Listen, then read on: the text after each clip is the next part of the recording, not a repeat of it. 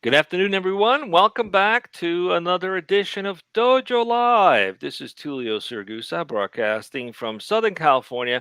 Today is Tuesday, August 3rd, 2021. Joining me are Carlos Ponce in Cuernavaca, Mexico, and Kim Lantis in Hermosillo, Mexico. Hi, guys. Welcome back. Hi, thank you. This is our It's good to be second here. episode this week, and we are talking with Andres Blank, who is the CTO and co founder at Fetcher. And we're going to be talking about everyone's favorite topic recruiting, especially in today's time. It's become more and more challenging because there's such a demand for talent, but they're hiding. They're hiding under a rock somewhere. So, anyway, we're going to be talking about recruiting. Welcome to the show, Andres. But before we go into the topic of conversation and dig right in there and learn all that we can, let's get to know you a little bit. Tell us a little bit about yourself. Sure thing, and thanks so much for having me, Carlos, Kim, and Tulio. And hi, everybody. Thanks for taking the time to spend some time with me today. So, as mentioned, I'm Andres Blank. I'm the co-founder and CEO of Fetcher. I am originally from Venezuela. My background, I've been always very passionate about the technology space. I learned how to program when I was pretty young, and fell in love with the internet as it was coming out, and built a few websites in Latin America, some companies that were actually kind of successful. And then as the situation in Minnesota started getting a little bit bad, I decided to move to the US. I did an MBA at MIT. And from there, I started my first consumer technology company in the US. It was called Pixable. It was in the photo, social, and mobile space. And we were able to grow the user base and the business really quickly. And the company got acquired in a couple of years, and it was a really great acquisition for us.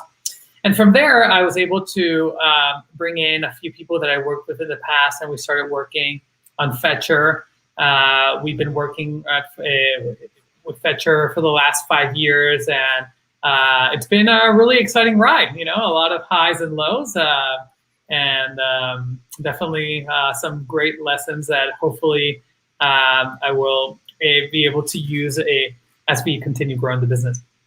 Great. Thanks for the introduction. Tell us about Fetcher. What do you guys do? Yeah, so Fetcher really helps hiring mostly what you would call a knowledge worker. So it's people who are mostly in front of a computer doing any type of work. And when it comes to hiring knowledge workers, something that we realized, and I realized this when I was building my own business, and then when we got acquired, the larger business as well went through the same thing, but that the best people usually are not applying to your job post. The best people are usually in other companies, but open to new opportunities. And the problem is that finding these people and getting them excited about your opportunity is a very time-consuming process.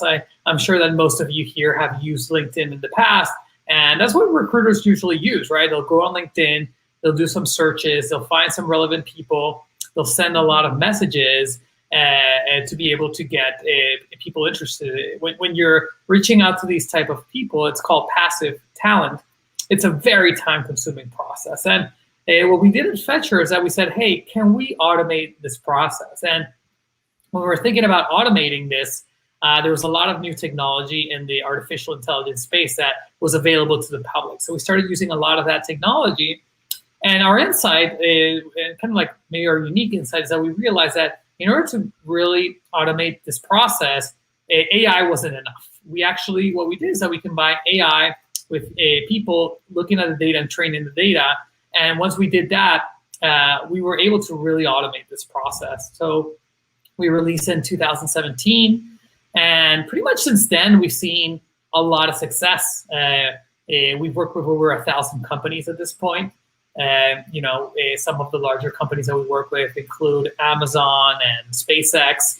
But we also work with a lot of smaller companies as well. So it's been really exciting to be able to help big companies, especially smaller companies. It's great because smaller companies are usually the ones who don't have the resources to really go and hire at scale. So Fetcher is really being able to bring that to every type of company, no matter the size, at a pretty decent cost for the company.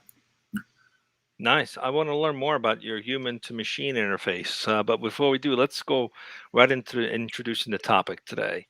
Yep, Carlos. absolutely. I hope I'm not on mute. I'm not on mute, right? No, No. you're good. Good, good. Miraculously. Miraculously. Yeah. Okay, that's a winner. Okay, so today we're going to be we're going to be answering a question, as a matter of fact. The question is, how has recruiting changed during COVID? So that's precisely what the topic is about. The topic is chosen by our guest today is how recruiting has changed during COVID. So we're going to be discussing how effective recruiting across the board has always been challenging, particularly when assembling a rocking team. So this is exactly what we're going to be discussing. So let's start with that as a first question. Andres, tell us a little bit about why you chose this particular topic and why did you feel it was relevant for today's day and age? Thank you. Yeah, absolutely. So what was really interesting is that, when COVID, in February 2020, we already were seeing a lot of appetite from small companies to big companies to automate more of their processes. But, we were coming from a place where recruiting hadn't really changed. Like there hadn't been any really outside macro things happen to recruiting in years, right? So we were seeing that this change towards automation was happening at a pretty decent pace. But then when COVID hit, initially what happened is that everybody stopped hiring. So it was definitely a very tough time for companies like ours. And, we weren't alone, any company in our space for the first 3 months. It was really in a tough situation because our existing clients didn't know if they were going to hire or not hire. And that put us in a really tough situation. And then we were kind of in a little bit of a holding pattern. And then what we saw unfold pretty much in the last year, right? So from July, August 2020 till now, is probably the biggest change that I've seen in hiring, at least since I've been hiring people myself, right? And I think that people are still trying to figure out, how to build a business now, right? Now that recruiting has changed. So I thought it was a really proper topic to put into the table to the audience and just explain, at least from a perspective of a company that offers recruiting software, what has changed in the ecosystem. And it's definitely been a lot of big changes since then. Excellent. Thank you. Thank you so much, Andres, for elaborating.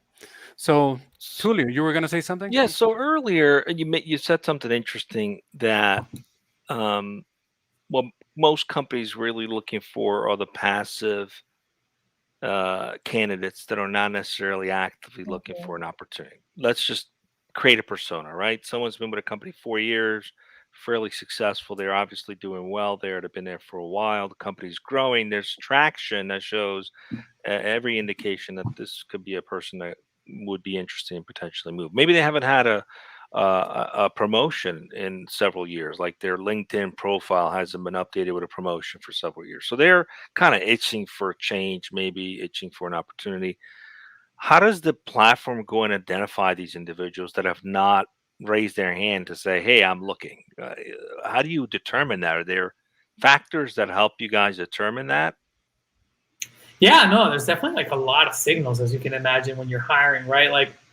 The most obvious one is really you get a job description from the company that's looking to hire, and that really is the blueprint of what are the typical things that you're looking for, right? So the obvious thing to do is to first look at what is the job title, how much experience does this person need to have, what are real skills that this person needs to have. If it's a programmer, it could be a programming language. If it's a manager, it could be managing X amount of people. It could also be specific to an industry. And so then once you start figuring out what is the job title, what is the seniority, what are the skills, what we'll do is that we'll start understanding like who is the company that's actually hiring. Is it a smaller company? If it's a larger company, in what space are they, right? So then, like what our technology will do is that, like, let's say that you're hiring a program, right? So there's a lot of technical terms that you can use here, but let's say you're saying, I'm trying to hire a front-end engineer. What our tool will allow us to do is say, oh, a front-end engineer, here are 25 job titles that relate to a front-end engineer. So what our technology, the first thing that it's going to do is understand what are the most important keywords that our algorithm should be looking for, right?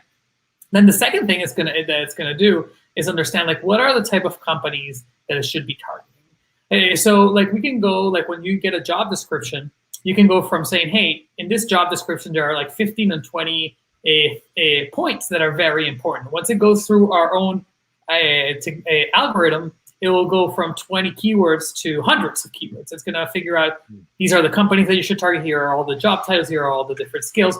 And then what Fetcher does is that we have a very large database that has over 300 million profiles.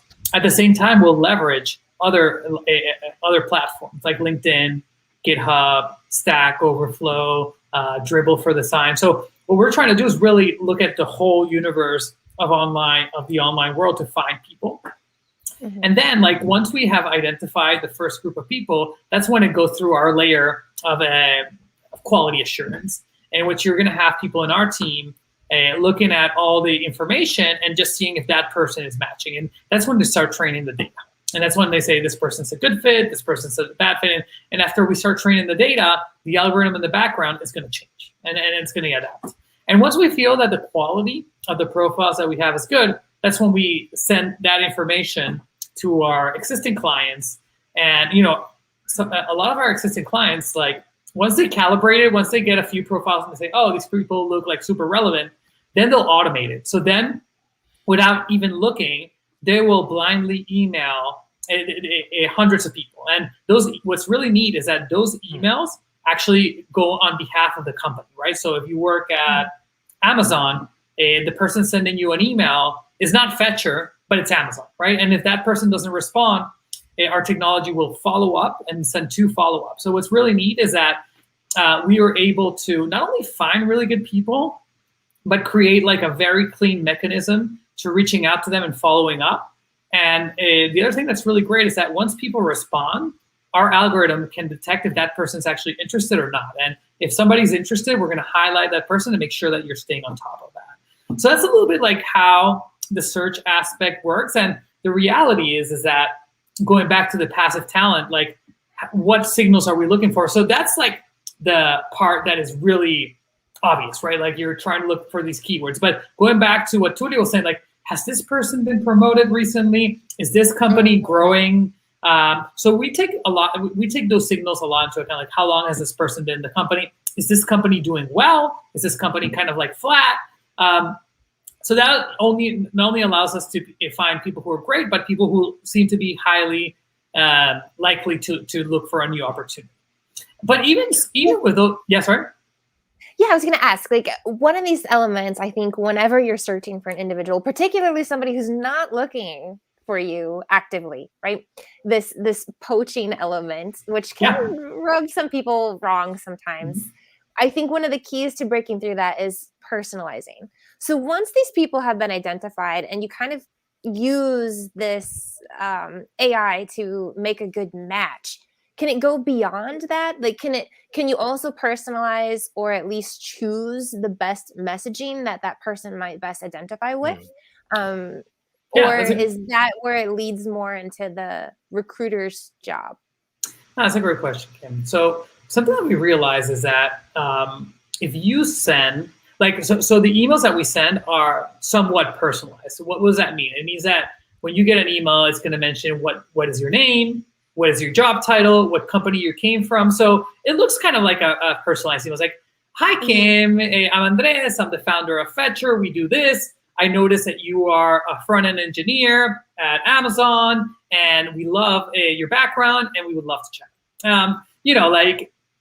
We also give the option, and we display so much information that if you want to personalize it even further, you can do that. You can grab each email and personalize. But something that we realized is that if you're contacting people who are very relevant for an opportunity, you don't necessarily need to talk about, oh, like we both love the Yankees, or, you know, like, oh, I noticed that you posted a photo of a hot dog. Like, I love hot dogs. So, like, I think that those things become not that important if you're reaching out to the right people. What really rubs people off the wrong way, because I agree, like we work with so many companies that we've seen it all, is that if you're emailing somebody about an opportunity that has nothing to do with your skills, which happens very often in the LinkedIn world. Yeah. yeah. You know, like you'll see like the CEO of Shopify putting on Twitter, like somebody offering him a job to be an engineer at a company, right? So that's definitely something that for us. Those are my favorites. Those are my favorite emails. We've seen former Nearsoft CEO Roberto Martinez being approached by headhunters and and the like. You know, if we just stories that he told about how these things go in the wrong direction. So yeah, we totally hear you. Yeah. So I got a question here myself. If I'd like to step in, Kim, Tulio. So we're discussing building, among other things, of course, we're discussing how COVID has affected the world of recruiting, and we're having to adapt. So, Andres, my question is, in this adaptation process to all the changes that COVID brought about, including digital transformation for a lot of companies, what would you say that the role of let me put it this way. How far do you think we should stretch the use of technology as it pertains to, for example, implementing it in a way that could even mimic or even resemble human behavior? I'm talking about, for example, conversational AI assistants to filter out maybe specific profiles that are not a fit and these kinds of things. So how far do you think we should stretch it? How do you balance things out in a way that you have the tech component and also the human side of the equation nicely balanced to effectively have a fair recruiting scenario for across the board? How would you say this can be overseen? Yeah. So, you know, that when we're selling Fetcher, like what we usually say is like, look, like most people that decide to become a recruiter, the reason why they want it to be a recruiter is because they love people. They love interacting with people. They love getting them excited about a job opportunity. They want to talk to their teammates and figure out who is the best person for their job. That's really what it is. And, you know, like if you go back 50 years, like recruiters, they create real relationships with potential candidates, with their company. And that kind of disappeared with technology. Like now that LinkedIn is available, like most recruiters have become almost like database programmers. They're just like doing all these searches and sending all these messages. So what's really interesting is that, you know, technology from one side has allowed you to have access to a lot of information, but from another side, it's allowed you to have less of that human aspect of it. So when we think about what we do, like what we want to do is really help you do all these repetitive parts of the work. So you can really focus on that human connection, because when you're trying to hire somebody, like, you know, the candidate wants to see a person, right? They want to have a real conversation. And the recruiter who's making a decision as well wants to be able to make that decision by themselves. So I would say that, like, the way that we talk about Fetcher, and this is for a very particular area, which is that knowledge workers world where there is volume, but it's not insane like it could be when you're trying to hire warehouse workers, and it's a little bit different. I'll talk about that in a second. But in those cases, what we're trying to do is tell people, hey, we're going to get your calendar filled with meetings. That's what we're going to do. All you have to do now is be yourself and have enough time to be thoughtful and create connection. So I would say that, and this goes back to a little bit to what Kim says. It's like, yes, like from one side, Fetcher is not going to allow you to say, hey, I saw you posted a hot dog on Instagram, but we're going to allow you to have much more conversations than you originally had. It's this Uber filter that then allows you to do what you do best. Yeah. And then, but you know, on the other side, you have the knowledge worker, you have the warehouse worker. So like, imagine that you need to hire like 1,000. Like we've worked with companies that need to hire for a call center, and need to hire like hundreds of people a month. That's where it gets a little bit tricky, and that's where things like chatbots or these video interviewing processes, which is the first step, is you're literally talking to a computer. That's when I believe that can be effective, because recruiters are so overwhelmed.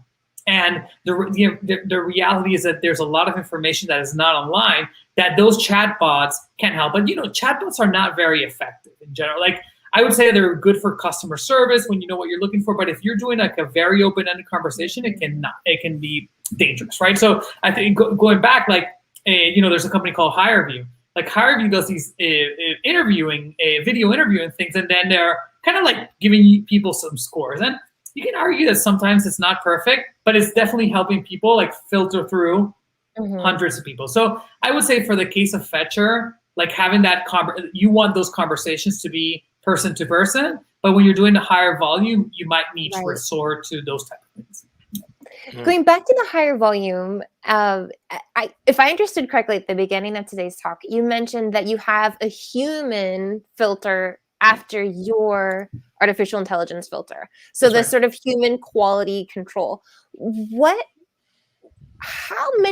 your workforce look like? Like, how many people are required for you to kind of go through all of this, and just your AI training crew? Like, talk more about that. I'm really interested as to what that looks like and how that functions. Yeah, so to give you perspective, we're working with like hundreds of companies, and we have like 120 people on the data side from our end. And the way that we think about our technology is that we want the humans that we have looking at the data to be way more productive than a normal recruiter would be if they're doing the search by themselves. So the way that we calculate this is like how many qualified leads somebody can find versus like if you were doing this by just going on LinkedIn by yourself. So at this point, the output that a person can do with Fetcher is like double to triple, depending on the complexity of the search. Our big goal, as we do more and more and more searches, is that we're going to be able to reuse a lot of this data that's already been quality controlled by humans across different searches in the future. But that requires for us to not to work with 1,000 companies. It requires us to work with 10,000 companies or even more. So, it is a data acquisition game. And, we're not the first one to think about this idea. Like, if you think about Stitch Fix does something very similar for styling. Like, they have a lot of AI that's going to determine that these are really good pants, but they have a stylist at the end determining like, oh, this is putting like a touch of some subjectivity touch, right? And then the way that they scale is that they use that data to say, oh, Tulio actually looks a lot like Carlos. So we can actually, at least when it comes to choosing pants, they have very similar tastes, right? So that's kind of like the way that we think about how do this eventually scales, because that's a big question, especially when you're building software and trying to work with a lot of companies. All right. So let's see if I got this right. Back in the day, before technology, recruiting was a very personalized relationship with the candidate. In fact, I heard Nathan. I mean, it used to be the kind of thing where you would work with a candidate for their entire career. I heard of guys that would get placed every 2-3 years. They had to deal with their recruiter. They just worked it out, right? That's a very personalized relationship. And when the recruiter spoke to those companies, they knew them very well because they've been working with them for 10, 20 years. Technology changed all that and made it very impersonal to the point where now it became like recruiters became gatekeepers. And instead of having that cherished, personalized relationship, it became a love-hate relationship. Let's just call it what it is. Okay. So now what I'm hearing is this technology is bringing back the personalization by actually having not just machines doing all the sifting, but there's people that are actually involved in this process. So you kind of get a concierge approach to it. What I want to understand, who the customer is. Who is your customer? Is it the company leveraging this technology? Is it the individual working with this technology to find the next role? Both? How are you determining who the customer is and why? Yeah, so usually like 85% of our clients are companies, and they're not staffing firms. 15% of our companies are staffing firms. So we do work with staffing firms. But I would say that like where we have most of our business isn't with companies directly. Most of them are located in the US is probably 80%, and 20%, the other 20% is a mix of Latin America and Europe. And what I would say is that like we're usually working with recruiters. So it's people in the talent that have like a talent acquisition title. We do work with a lot of hiring managers as well. So in some cases, even with larger companies, you'll have a hiring manager that they haven't been able to hire for a role, and they take matters to themselves. And then, you know, when we were working with smaller companies, like when you're saying like sub 50 people, there are many cases where these companies, they don't have a recruiting team.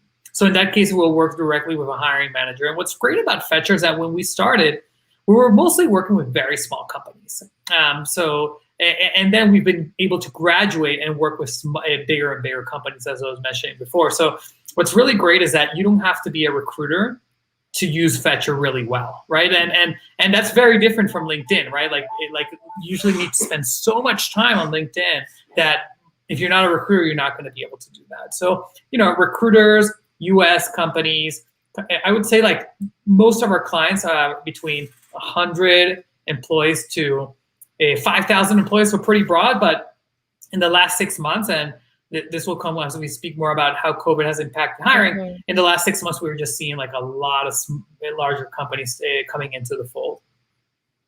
Why is that, do you think, that the larger company, I see the value for a smaller company, tremendous value, getting capacity they normally would have to spend a lot of money for. Big companies usually have this kind of capacity, but why are they coming in now? Are they needing more personalization because it's harder to find people? What's driving that change? Yeah, you know, like when we started, like I thought exactly as you was like, oh, you know, these large companies, they have so many recruiters, like why would they need us? But the reality is that usually recruiting teams, even in larger companies, in proportion to the rest of the company, is kind of smaller. So what's happening is, you know, even the larger companies, they'll work with staffing firms. And the last thing that a company wants to do is work with a staffing firm because they're prohibitively expensive. So, you know, I get surprised when I speak to a large company. They're like, oh, we spend maybe, let's say, like $1 million on recruiting software. And then you say, like, how much you spend on staffing, and it can be 10 times that or even more. So when you talk to these companies, they want to be able to not rely so much on staff. And why do they work with staffing firms? Because these staffing firms, they're sending a lot of emails themselves. So they're kind of like leveraging that.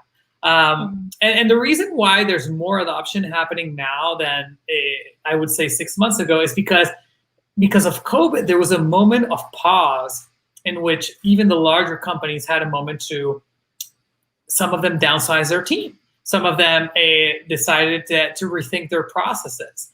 And more importantly, it was a moment of where automation started to become an important word that started to become more and more streamlined. The other thing that happened is that, you know, a lot of things changed. So, you know, like a lot of even larger companies, they not necessarily need to require to hire people who are local.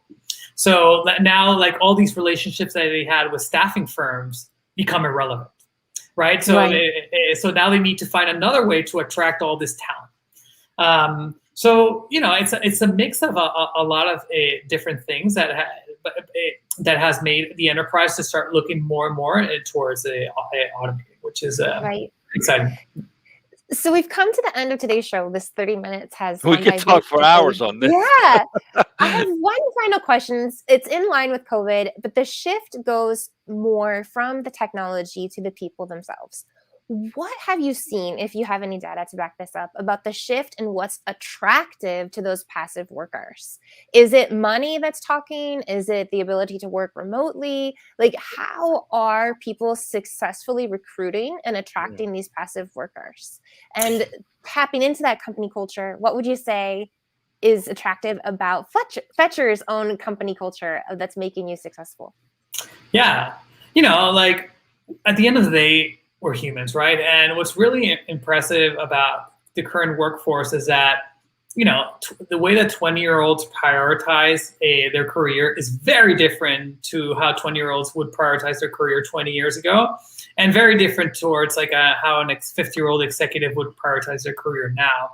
So what I would say is that, like different companies can look for different things. What I would say that is becoming much more important is like, how do they think about inclusivity? So like we do a lot of work. Like that's another reason why we do a lot of work with larger companies, because they're looking to hire more diverse candidates, and that's really time consuming. So we help a lot on that. So like looking for more of an inclusive workspace is important.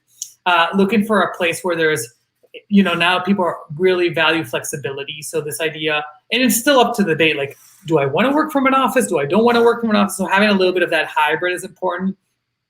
Compensation is important, but what I'll be surprised, especially with the younger generation, is that purpose defeats compensation, which is something that blows my mind. And it's something that we think a lot about Fetcher. Like one of the great things about Fetcher is that even though we are working with a lot of US-based companies, the people that we're hiring are not located in the US, are in Venezuela, are in the Philippines, they're in Colombia. So what's been really exciting is that being able to bring people from different cultures and give them opportunity. So that even for the talent that we do hire in the US, like that's really exciting for them to have such a diverse workspace. And going back to the purpose, like the way that we like something like, how do we show that Fetcher is actually something that adds value? It's around the people that we hire. So we have like a big wall that shows all the photos of the people that are getting hired, and you're humanizing what you're doing. And there's one of the biggest things that you can help a company do is find people for a job. So if that's part of your purpose, it really means a lot. So the way that we count success is like, how many interested candidates have we found this month? So we're like, oh wow, this month we enabled, I think it was like 30,000 interested candidates. So like we're really creating a lot of serendipity. So that's a little bit how we think about purpose. But yeah, it's important to be dynamic. That's what I would say for companies now. Like you have to be dynamic. Like things are changing really fast. And when you think about diversity, you also have to think about diversity, not at the entry level, but also at a very senior level as well. Because if not, you won't be able to really achieve true diversity. Very valid point. Love it. That's purpose overrides income compensation. I love that. Now all we need to do is train most. I would say we could have the best what of both purpose worlds, means. however. Yeah. I mean, ideally, but I think some companies need to be trained on what purpose means. It's not driving profits. That's not what they talk about when they talk about purpose. So anyway, it's been a pleasure to have you. We're up on time, Andres. This looks like a great tool. We ought to consider looking at this. It looks like you do a lot of work in Latin America, so that will be of interest to us. So great to have you as our guest. We'll have to check in later to see some additional use cases from you. Thanks for being with us, Carlos. We got one more show tomorrow. No, two more shows, right? No, actually, yeah, we have two more shows. Actually, tomorrow we're going to be speaking with John Honchariu, the CEO and founder of Companion.com. The topic, AI, animals, and empathy. That's cool. Then, of course, there's the Thursday interview with Aaron Guyette, the CEO at Pedestal.com, and the topic, why you will fail and what you can do to stop it. So those are the two remaining conversations we're having right here on Dojo Live at 12 p.m. Pacific tomorrow and Thursday. So stay with us and be safe. Bring your pet tomorrow. Bring your pet to the show, guys. Let's bring our pets to the show. Absolutely. See you soon. Bye. Thanks, everyone.